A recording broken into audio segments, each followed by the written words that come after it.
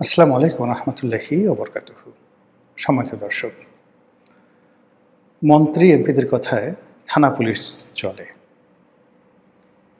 মন্ত্রী এমপিদের কথার বাইরে ডিসি বা এসপি যায় না। কোর্ট কাছারি, অফিস আদালত, এমনকি দুর্নীতি দমন কমিশন, এগুলো সরকারকে তোয়াজ করে চলে। সরকার যা চায় সেইভাবেই সব কিছু হয়। গায়েবী মামলা, জামিন সরকারের ইচ্ছাতে হয়। এমনকি উচ্চ আদালত, প্রধান বিচারপতি থেকে শুরু করে সবাই প্রধানমন্ত্রীর কথার বাইরে যায় না, তাকিয়ে থাকে প্রধানমন্ত্রী কি চায়, কিভাবে বলে। এই যে কথাগুলো বললাম, সেটা আওয়ামী লীগ জমানার ইতিহাস।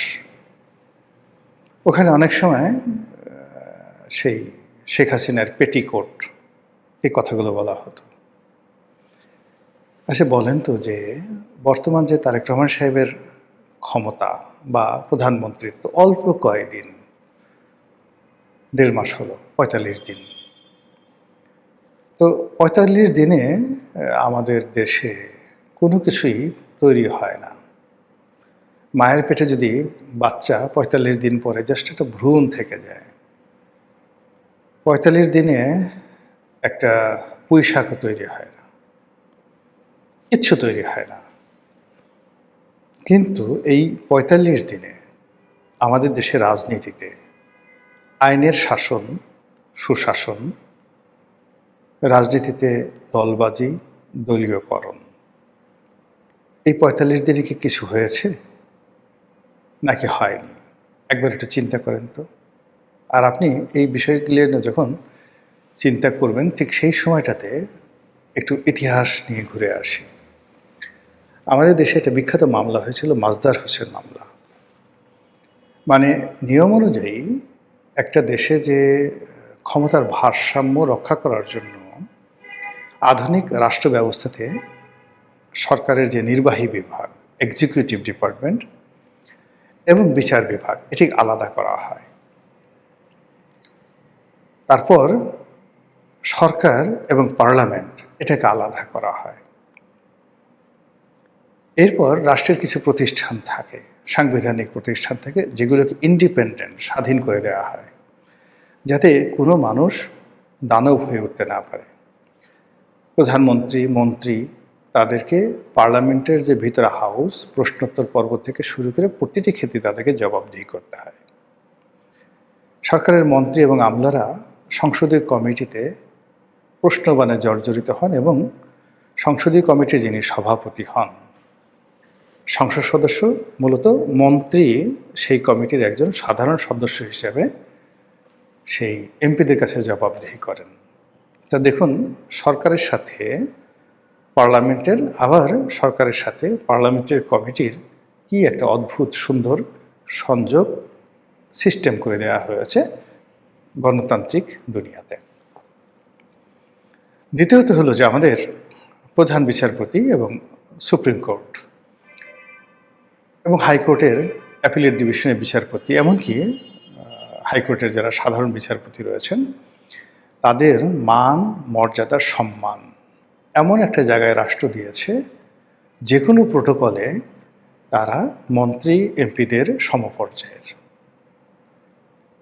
এবং যখন তারা কোর্টে বসেন, চেয়ারে বসেন, তখন উপজেলা পর্যায়ের একজন ম্যাজিস্ট্রেট, তার যে ক্ষমতা, সেই ক্ষমতা মন্ত্রী এমপিদের চাইতে অনেক অনেক বেশি। তিনি যে কোনো মানুষকে শাস্তি দিতে পারেন। একইভাবে পুলিশের যে অর্ডিন্যান্স রয়েছে, পুলিশ আইন রয়েছে, সেই আইন অনুযায়ী পুলিশের একজন কনস্টেবল, তিনি ইচ্ছা করলে রাস্তায় একজন প্রধানমন্ত্রীকে দাঁড় করিয়ে জরিমানা করে দিতে পারেন। আচ্ছা, দুর্নীতি দমন কমিশন যে কোনো মানুষের বিরুদ্ধে তারা অভিযোগ নিয়ে তদন্ত করতে পারে এবং গ্রেপ্তার করতে পারে। সব আইন তো আমাদের দেশে আছে, কিন্তু এই আইনগুলো বাস্তবায়িত হয় তখন যখন মানুষের ক্ষমতা থাকে না। আর যখন ক্ষমতা থাকে তখন মানুষ এই আইনগুলো মানে না, বা এই আইনগুলো তাদের জন্য কার্যকরী হয় না। যেটা বলছিলাম, তো এই যে বৈষম্যহীন একটি সমাজ গড়ে তোলার জন্য, সমাজে ন্যায় বিচার সুশাসন প্রতিষ্ঠা করার জন্য সবচেয়ে নিয়ামক যে ভূমিকাটি রাখে সেটা হলো বিচার বিভাগ। যেই দেশ, যেই সমাজ, যে রাষ্ট্রে বিচার বিভাগ যত বেশি শক্তিশালী, সেই দেশকে তত বেশি সভ্য বলা হয়। যেমন ধরেন আমেরিকাতে ডোনাল্ড ট্রাম্পের বিরুদ্ধে গ্রেপ্তারি পরোয়ানা জারি হয়ে গেল। সে আদালতে আসলো, তাকে 1 ঘন্টার জন্য কারাগারে পাঠানো হলো, তারপর তাকে জামিন দেওয়া হলো এই কিছুদিন আগে, প্রেসিডেন্ট হওয়ার কিছুদিন আগে। এটা হলো আমেরিকা। আমি আমেরিকাতে যখন পড়াশোনা করতাম, একটা বাসায় যাকে বলা হয় লজিং থাকতাম। তো ওই মহিলা যে বাসায় লজিং থাকতাম, সে একটা 4 স্টার জেনারেলের মেয়ে, এলিজা। তো তার বান্ধবী ছিলেন ওখানকার যে পৌরসভা, সেই পৌরসভার সে মেয়র। তো সেই মেয়রের কাছে একদিন আমাকে নিয়ে গেলো যে চলো তোমার সঙ্গে পরিচয় করাই দিই। তা আমি যখন যাচ্ছিলাম, মেয়র তখন বের হচ্ছিল, মহিলা মেয়র। তো বললো যে mister Roni, I am sorry, আমি আজকে তোমার সাথে কথা বলতে পারবো না, আমাকে চলে যেতে হবে, আমাকে খুব দ্রুত চলে যেতে হবে। এর কারণ হলো যে একটু পরে আমি আর ট্রেন পাবো না। তাই বললাম তুমি ট্রেনে যাবে কেন, তোমার গাড়ি নেই? বলে গাড়ি আছে, কিন্তু আমার গাড়ির যে ড্রাইভিং লাইসেন্স যেটা আছে সেটা আজকে এক্সপায়ার হয়ে গেছে। তো বললাম যে তুমি মেয়র, তোমার গাড়ির এক্সপায়ার হয়ে গেছে, তোমাকে লাইসেন্স ইস্যু করে কে? বলে আমার অফিস, মানে আমার মেয়র অফিস আমার ড্রাইভিং লাইসেন্স ইস্যু করে। তো তুমি এটা করোনি কেন? বলে যে আজকে লাস্ট ডেট ছিল, আমি এটা ভুলে গেছি। আমি বললাম যে তুমি এটা অফিসের পরে তো এখন তুমি ইচ্ছা করলে কর্মচারীকে ডেকে এনে করতে পারো। বলে যে না, এটা বেআইনি, আমি এটা পারবো না। আমি বললাম যে তোমার সেই লাইসেন্স, তুমি এই এলাকার মেয়র, এই এলাকা দিয়ে তুমি ঘুরবা, পুলিশ তোমাকে গ্রেপ্তার করে, পুলিশকে? বলে আমারই অধীন, আমার আন্ডারে পুলিশ, আমি তাকে বেতন দিই। মেয়র বেতন পায় বছরে $20,000, আর তার যে পুলিশের ইন্সপেক্টর তার ওখানে সে বেতন পায় $2.25 লাখ ইয়ারলি। তো বলে যে এখানে মূল ব্যাপারটা হলো যে এই পুলিশ সবাই জেনে গেছে যে আমার আজকে এটা লাস্ট ডেট, ওদের সিস্টেমে চলে আসছে। এখন আমি যদি গাড়ি নিয়ে বের হই, সঙ্গে সঙ্গে আমাকে অ্যারেস্ট করে ফেলবে এবং হ্যান্ডকাপ পরিয়ে আমাকে কোর্টে চালান দেবে। কোনো ওয়ে নেই। This is America.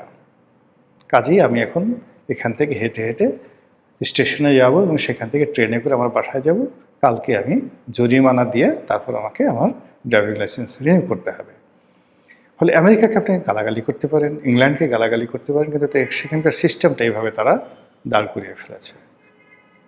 তো বাংলাদেশে যেটা হচ্ছে, আইনের শাসনের ক্ষেত্রে যখন আপনি ক্ষমতায় আসবেন, এই যখন তারেক রহমান সাহেব আসছেন, মুহূর্তের মধ্যে কোথায় গেল গ্রেনেড হামলার মামলা, কোথায় গেল 10 ট্রাক অস্ত্র মামলা, কোথায় দুর্নীতি মামলা, যেগুলো নিয়ে তাদের ফাঁসি হয়ে যাবে, সেই মামলাগুলো 1 মিনিটের মধ্যে ভ্যানিশ। একদিন আমাকে ওবায়দুল কাদের সাহেব বলতেছিলেন, মানে সেই 11-11 সময়টাতে তো ওনার বিরুদ্ধে অনেকগুলো মামলা হয়ে গেল এবং উনি একদিন সেই যাকে বলা হয়, তাকে নিয়ে আনা হলো কাশীপুর কারাগার থেকে সেই পিজি হাসপাতালে। তো তার সঙ্গে সঙ্গে সুজিত রায় নন্দী, আওয়ামী লীগের একজন নেতা, খুব ভালো সম্পর্ক ছিল। তো সুজিতকে তিনি বললেন যে সুজিত, একটু রনিকে খবর দাও, আমি একটু রনির সাথে কথা বলবো। আমি সেখানে গেলাম। সঙ্গত কারণেই আমি প্রশ্ন করলাম যে ভাই আপনি ধরা দিলেন কেন 111-এর সময়? উনি বললেন যে রনি, আসলে আমি পালিয়ে থাকতে পারিনি, এর চেয়ে অনেক কষ্ট, আমি কয়েকদিন পালায়ে থাকছি, এর চেয়ে মরে যাওয়া ভালো। সব মানুষ পালিয়ে থাকতে পারে না, আমার কাছে মনে হলো যে আর কয়দিন পালিয়ে থাকলে আমি এমনি মারা যাবে, এই জন্য ধরা দিয়েছি। 2 নম্বরে উনি যেটি বললেন যে আমার বিরুদ্ধে যে মামলাগুলো হয়েছে, এই মামলাগুলো রাজনৈতিক মামলা। যদি সাজা হয় তাহলে তো আমাকে আসলে 500 বছর সাজা হবে। তো এই মামলাগুলো রাজনৈতিকভাবে হয়েছে এবং রাজনৈতিকভাবে কিন্তু এগুলো আবার নিষ্পত্তি হয়ে যাবে, একটাও থাকবে না যখন আওয়ামী লীগ ক্ষমতা আসবে। এটা 2007 সনের ঘটনা, বাস্তবে তাই হয়েছে। আবার আওয়ামী লীগ ক্ষমতা এসে এই জিনিসগুলো ওবায়দুল কাদের বর্ণনা যারা আছে মনে রাখেনি, তারা পাইকারি হারে বিএনপির বিরুদ্ধে মামলা দিয়েছে 200, 300, 400। ইতিমধ্যে দেখেন সব মামলা জিরো হয়ে গেছে। আবার এখন আওয়ামী লীগের বিরুদ্ধে পাইকারি হারে মামলা দেওয়া হচ্ছে। তারপর আওয়ামী লীগ যদি ক্ষমতায় আসে দেখবেন যে 24 ঘন্টার মধ্যে সব মামলা চলে গেছে। এখন কথা হলো যে যেখানে রাজনৈতিক মামলা আমাদের দেশে টিকে না, এবং এই রাজনৈতিক মামলা দিয়ে সাকসেসফুলি কেবলমাত্র জামাতের যারা লোকজন রয়েছে তাদেরকে ফাঁসিতে লটকানো গেছে, অনেক সম্ভাবনাময় রাজনৈতিক যারা ব্যক্তিত্ব তাদের পুরো রাজনৈতিক ক্যারিয়ার তছনছ করে দেয়া গেছে, এবং রাজনীতির ময়দান সম্পূর্ণরূপে ফাঁকা করে রাজনৈতিক দলগুলো যে আত্মতৃপ্তি লাভ করেছে, এর ফলে দুর্নীতি, অনিয়ম, স্বেচ্ছাচার এইগুলো রাজনৈতিক দলের মধ্যে বাসা বেঁধেছে, এবং রাষ্ট্রতন্ত্র, রাজতন্ত্র, রাজনীতি, গণতন্ত্র, মানবিকতা, মূল্যবোধ, সোশ্যাল কন্ট্যাক্ট, সামাজিক যোগাযোগ তছনছ হয়ে গেছে। কিন্তু তারপরে চলছে। যেটা বলছিলাম, ওই মাজদার হোসেন মামলা, মাজদার হোসেন নামক একজন জেলা জজ তিনি এটা মামলা করলেন যে এই দেশের এই অবস্থা চলতে পারে না, যদি এই অবস্থা থেকে বাঁচতে হয় তাহলে আমাদের যে জুডিশিয়ারি, সুপ্রিম কোর্ট এবং নিম্নতম আদালত, অধস্তন আদালত, এইগুলোর উপর থেকে সরকারের প্রভাব সরিয়ে ফেলতে হবে, প্রভাব মুক্ত করতে হবে। এই জন্য তিনি একটা মামলা করলেন, এবং সেই মামলায় যুগান্তকারী একটা রায় হলো, যেটি ঐতিহাসিক মাজদার হোসেন মামলা নামে বিখ্যাত। এই মামলার রায় অনুযায়ী সুপ্রিম কোর্ট স্বাধীন, সার্বভৌম থাকবে, তার একটা নিজস্ব সচিবালয় থাকবে, তারা তাদের মতো করে সিদ্ধান্ত নেবে, যেভাবে পার্লামেন্টের একটা সচিবালয় আছে, পার্লামেন্ট যেভাবে স্বাধীন ঠিক ওইভাবে প্রধান বিচারপতির নেতৃত্বে সব কিছু হবে। কিন্তু কোনো সরকার এই মাজদার হোসেন মামলার রায় বাস্তবায়ন করেনি। কোনো সরকার বিচার বিভাগের উপর তাদের যে আধিপত্য আছে এই আধিপত্য থেকে বের হতে চায়নি, শুধু গড়িমসি করেছে। এবং বিচারপতি সিনহার সাথে তৎকালীন আইন সচিব জহিরুল ইসলাম দুলাল, ডাকনাম দুলাল ছিল, তিনি সহ আওয়ামী লীগের যে দূরত্ব এই মাজদার হোসেন মামলা নিয়ে, জাস্টিস সিনহা চেয়েছিলেন যে বিচার বিভাগ স্বাধীন হোক, সুপ্রিম কোর্টের আলাদা একটা সচিবালয় হোক, এবং অধস্তন আদালতগুলো তার অধীন কাজ করুক। কিন্তু তিনি সেটা পারেননি, উল্টো তাকে চড় থাপ্পড় খেতে হয়েছে, দেশ থেকে তাকে তাড়িয়ে দেওয়া হয়েছে। এবং যে আওয়ামী